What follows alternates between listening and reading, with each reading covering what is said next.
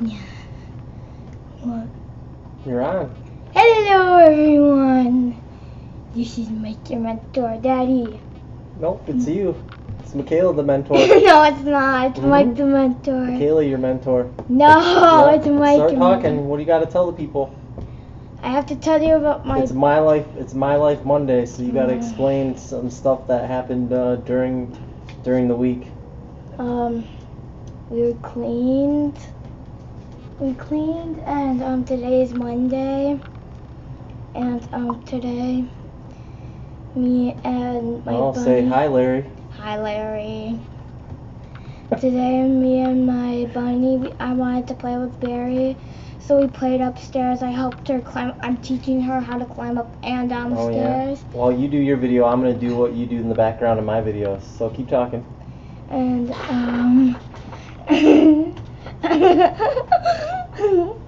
I Barry chipped her paw, her thumbnail off, cause I saw like it was cut down to like something right here. And then I looked at Barry. One sec, let me go get her. Can't leave a broadcast. What up, peeps? Mike the Mentor, My Life Monday, Michaela King, sharing a life with you. So, to be honest with you, I've been going on 48 hours with like 40 minutes of sleep. So, I'm not in my right frame of mind. Oh, she's back. I'll talk in a minute. So this is Barry, my bunny. As you can see. Oh, you gotta hold the bunny up. Nobody can see the bunny. Look.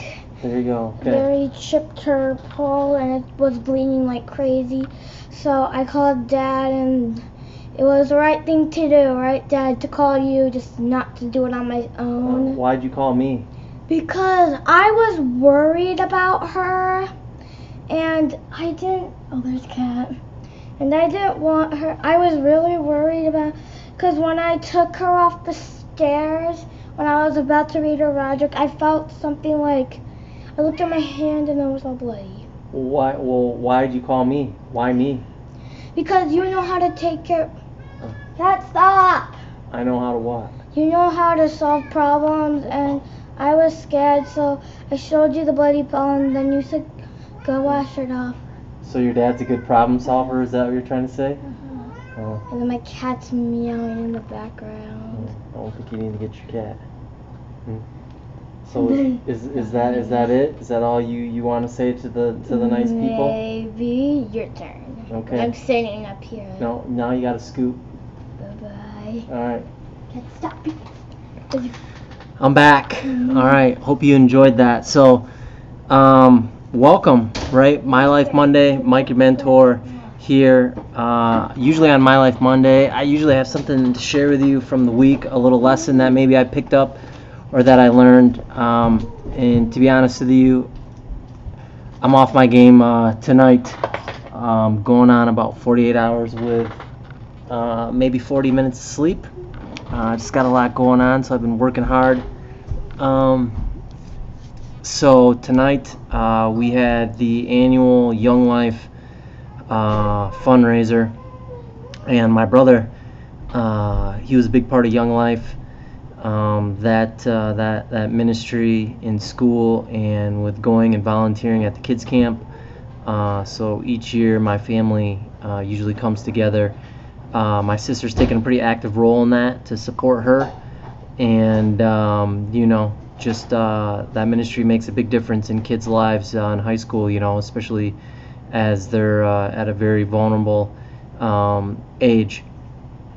So that's the only thing that's coming to mind. So what I wanted to do is for the next, let's say, 5 minutes, you can put me on the hot seat and you can ask me, this could be dangerous, any question that you want, and I will try to give you an answer. So I'm going to set my timer here,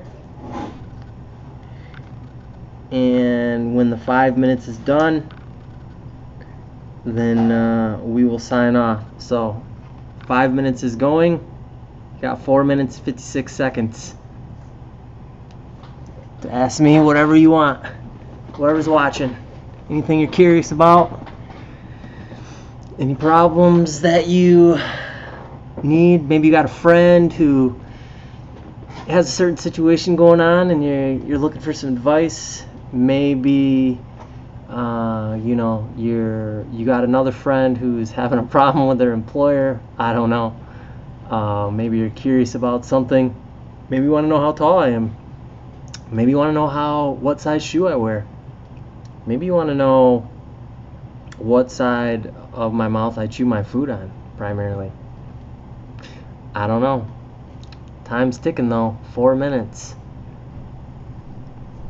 I don't think anyone's that curious. No one must really want to know anything about me. So what can I talk about here? Big week coming up. Got a lot of things planned. I should probably write them down after the day comes to an end. I'm really bad at that. I need to do a better job of journaling so that I can go back and reflect on the week. And I'd probably make this day of my life Monday. Holy cow! I need to get to bed. A lot better. Yeah. So let me see. Let's see if I can remember what I did last Monday. Anything that sticks out? No. Last Tuesday. Anything that sticks out? Yeah, so last Tuesday was actually pretty cool. So at my men's group at church, we had, my church was having a big conference for a bunch of different pastors and ministry leaders, and it was a leadership conference. And we had one guy speak there, and he gave his story, and it was just incredible, right? The dude had like 15 felonies. He'd been to prison like 5 different times. Just a crazy story of him being strung out on drugs to the point where, he got his baby mama to allow him to watch his son, and in the middle of the night, he got strung out and went out looking for drugs and locked his 18-month-old kid in his car and went inside this crack house and was looking to score, and scored, and then came out like an hour later or whatever that looked like, and his kid was in there just crying, and somehow the mother found out, and it was this story of things just getting progressively worse and worse and worse in his life. And then he finally got out of prison for the last time, and he started to change his life, right? He gave his life over to God. He was trying to do right by people, trying to be a productive member of society, and he's really getting involved in his church, and he's having a pastor mentor him. What is the best way for a man to overcome his pride and open up to a brother or brothers about his struggles? Man, that's a great question, Charles. I would say the best way to do that is, one, you just got to make sure that you're in it's a safe relationship, right? There has to be that mutual understanding between you. Obviously, I've got people in my life that we all do, right? That we're only going to tell certain things to, and those are the people that we need to lean on. And two, nothing's going to get better until we're willing to lay down that pride, right? Like, we're not able to really show up who we are and with what problems that we have. And it is the ultimate test of probably brotherhood and friendship, right? Because if you can show up authentically with who you are and share those struggles, and that person, I guess, who you thought was safe turns out not to be safe, well, then you know that they weren't really your friend. Hopefully that wouldn't happen to you, and you have some more discernment than that, and you already know that. But yeah, I would just 5 minutes is up. I would just start there. It's an incredible thing, in all my life experience on my end and with dealing with men.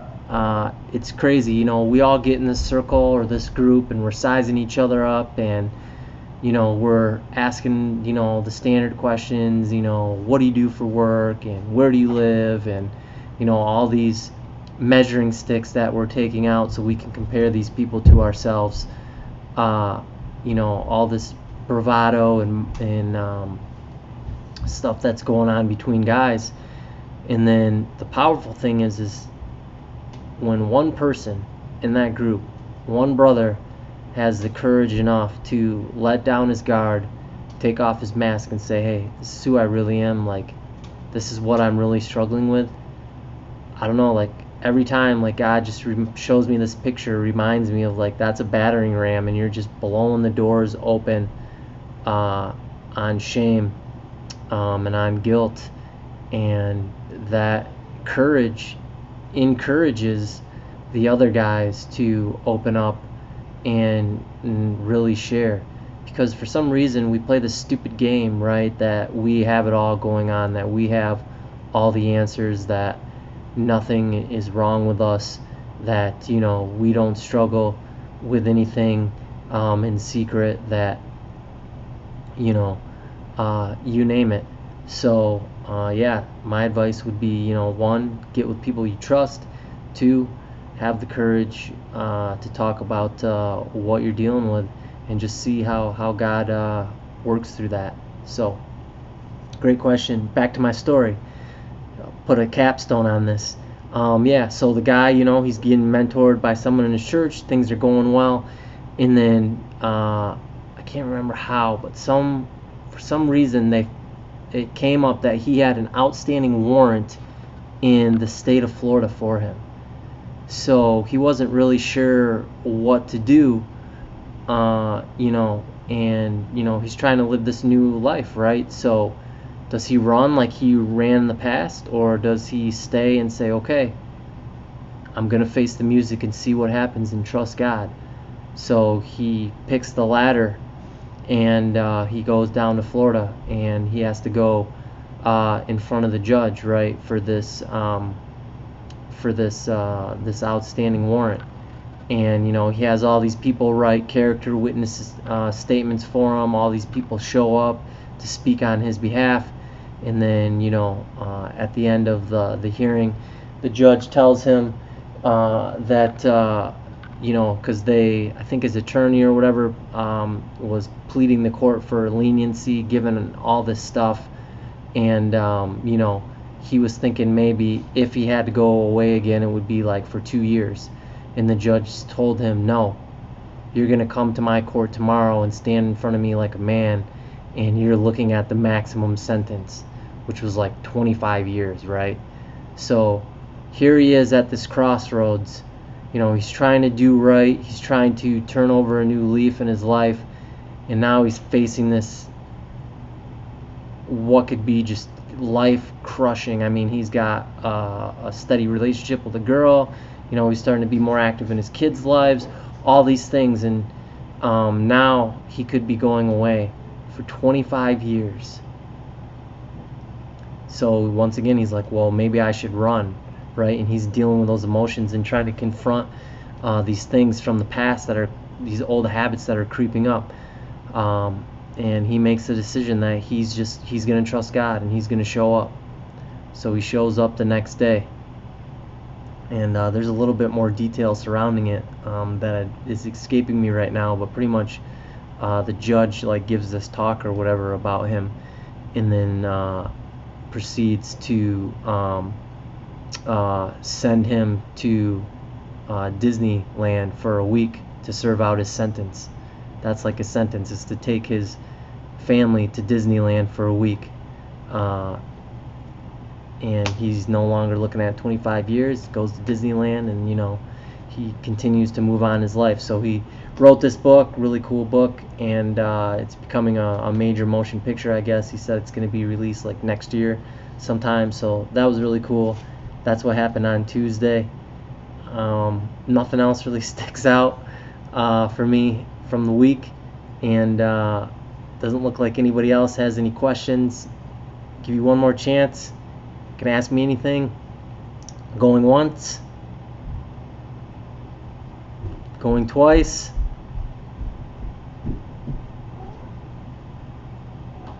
That's it. You want to say bye? Bye. When is Mom getting home? Mom will be home in a couple minutes. Yeah. Alright, well, I love you guys. If you need anything, hit me up. I'll have more energy tomorrow once I get some sleep. So, see you tomorrow for Tuesday Thoughts. Have a good night.